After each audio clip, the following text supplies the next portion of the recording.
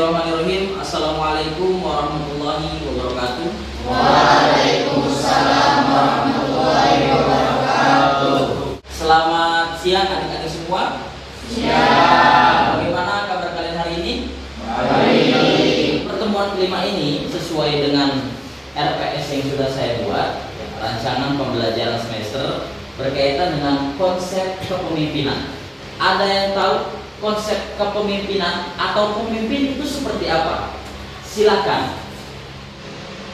Saya konsep pemimpin itu adalah seorang pemimpin yang bisa bertanggung jawab dalam sebuah organisasi. Yang bisa bertanggung jawab. Aplaus untuk Irma.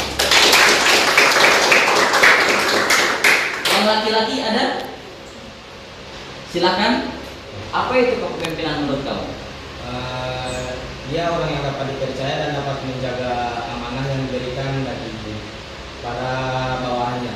Oke, aplaus untuk Rizky. Tadi Irma punya pendapat pemimpin yang bisa bertanggung jawab. Rizky berpendapat pemimpin yang bisa dipercaya terhadap amanah yang diberikan. Oke, semuanya bagus semua. Aplaus untuk Rizky. Apa itu kepemimpinan? Nah, di sini ada 3 teori yang saya tampilkan. Yang pertama adalah teori Handel and Wunsch. Kepemimpinan merupakan perilaku seorang individu yang memimpin aktivitas-aktivitas suatu kelompok ke suatu tujuan yang ingin dicapai bersama atau shared goal.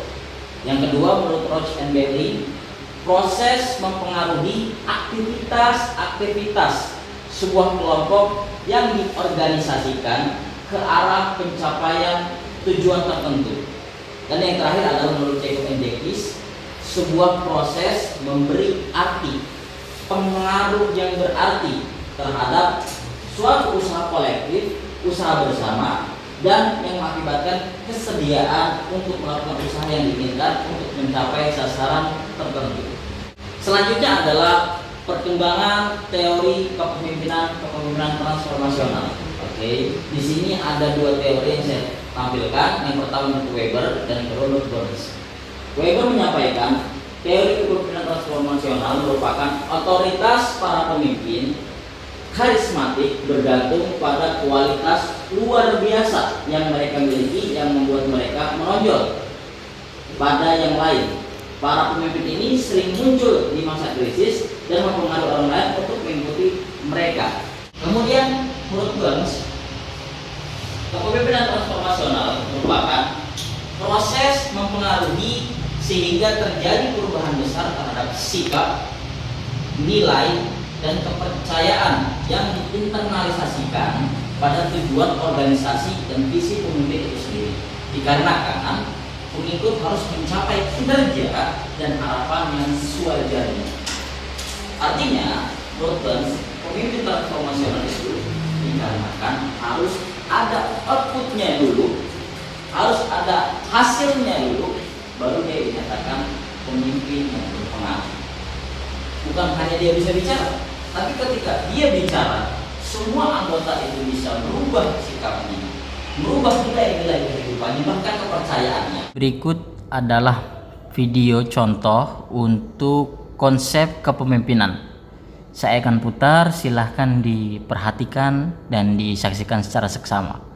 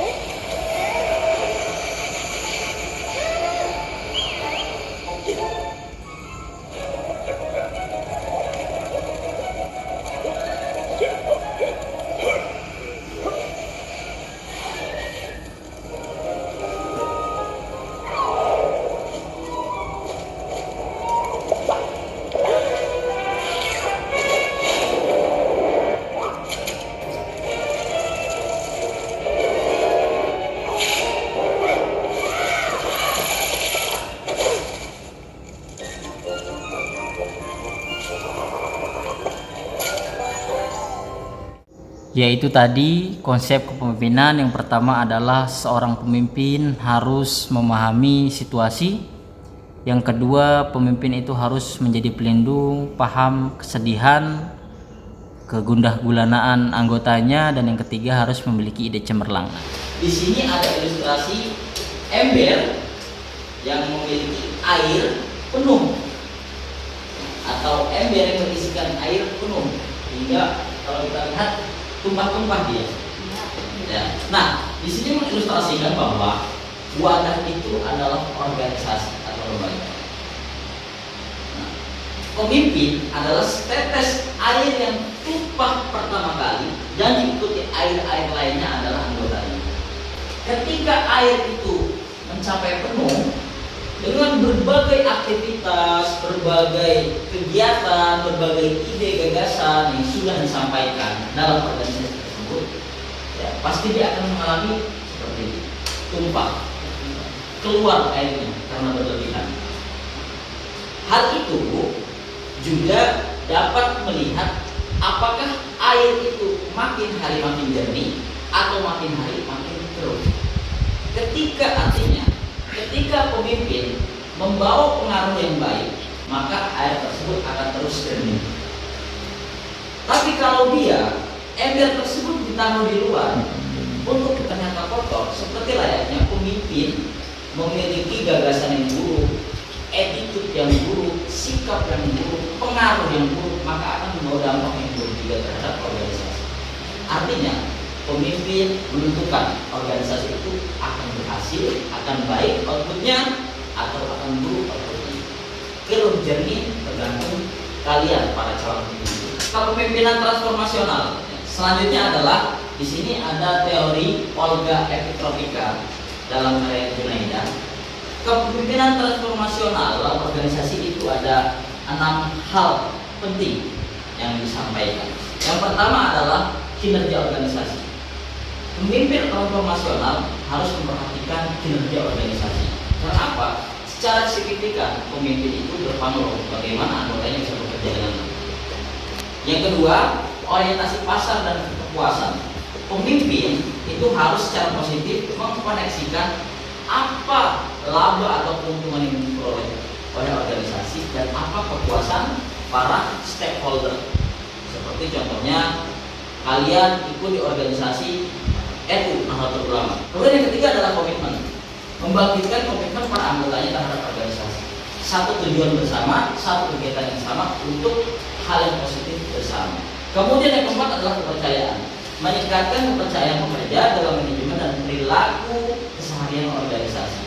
Artinya anggota harus percaya pada pemimpinnya agar pemimpin bisa melakukan hal, ide, gagasan dan mengeksplor kegiatan yang dia miliki, dan pemimpin harus percaya kepada anggotanya. Yang kelima adalah kepuasan kerja. Kepuasan kerja meningkatkan kepuasan melalui pekerjaan dan pemimpin. Kalau kalian hidup dalam organisasi, jangan berpikir yang puas adalah ketuanya saja. Kalian yang organisasi, yang anggota juga harus merasakan kepuasan. Apa yang saya peroleh dalam organisasi? Dan yang keenam, mengurangi stres para pekerja dan meningkatkan kesejahteraan. Kalau dalam organisasi dan lembaga kalian tidak puas, bagaimana organisasi itu mau berjalan dengan baik? Karena apa? 10 anggota, 1 pemimpin, semuanya harus sama-sama berpikiran positif dan berkegiatan yang positif. Pemimpin transformasional harus memiliki 2 gagasan penting dalam kehidupannya yang harus diimplementasikan pada masyarakat atau organisasi. Yang pertama adalah pemimpin harus mengubah, dan kedua pemimpin memotivasi para pengikutnya. Karena apa? Organisasi mempunyai manfaat, terutama karena dalam organisasi pencapaian tujuan akan lebih efektif dan lebih efisien apabila kita bekerja sama dalam situasi dan kondisi apapun. Ada 3 hal yang harus dilakukan kepada anggota. Pertama adalah sadar tugas. Pemimpin harus mampu menyadari bahwa anggota memiliki tugas yang penting untuk menghasilkan tugas kembali. Apa? Task force atau outcomes. Dan yang kedua adalah kepentingan. Pemimpin harus mampu membujuk mereka melebihi kepentingan pribadi demi organisasi dan tim. Artinya apa? Kalau kalian masuk organisasi memiliki ego yang besar itu lebih baik. terakhir adalah kebutuhan. Mengaktifkan kebutuhan mereka. Ya, pemimpin harus mengaktifkan kebutuhan para anggotanya pada tingkat yang lebih tinggi.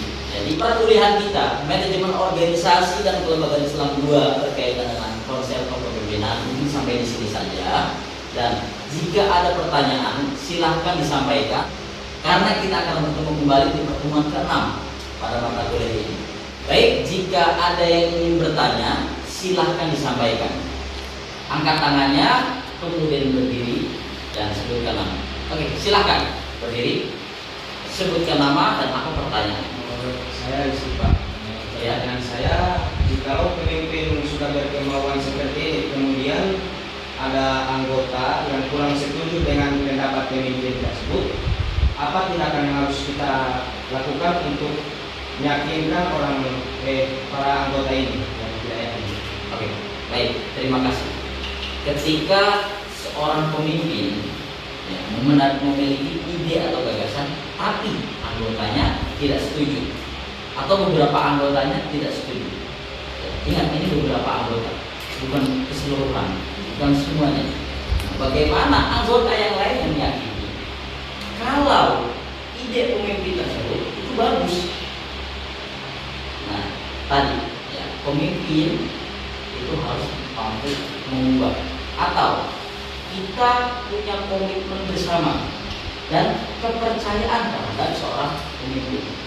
Apa fungsi kepemimpinan pemimpin tersebut?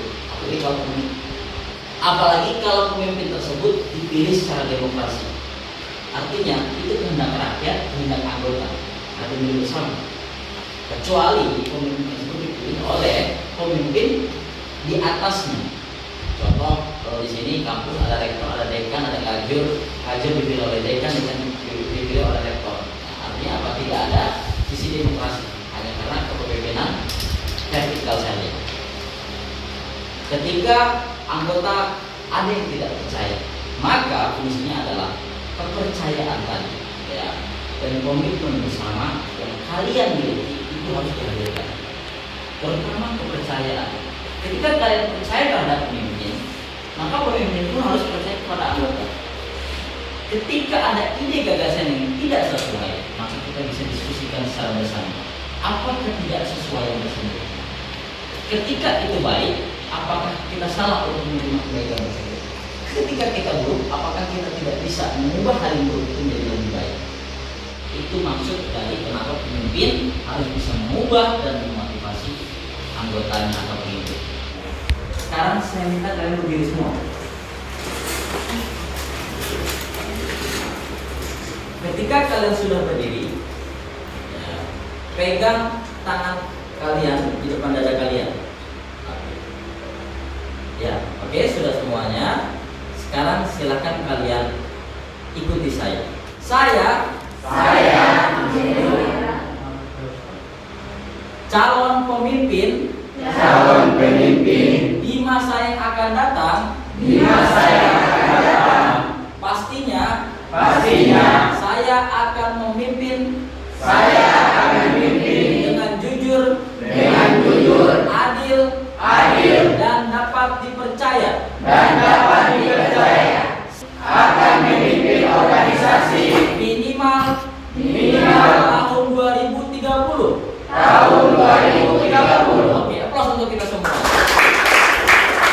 Silakan berkembang. Mungkin dan itu dari saya. Terima kasih banyak. Mohon maaf apabila ada salah kata atau ucapan dari saya atau ada kekurangan yang kalian temukan dalam penyampaian materi hari ini. Wassalamualaikum warahmatullahi wabarakatuh. Waalaikumsalam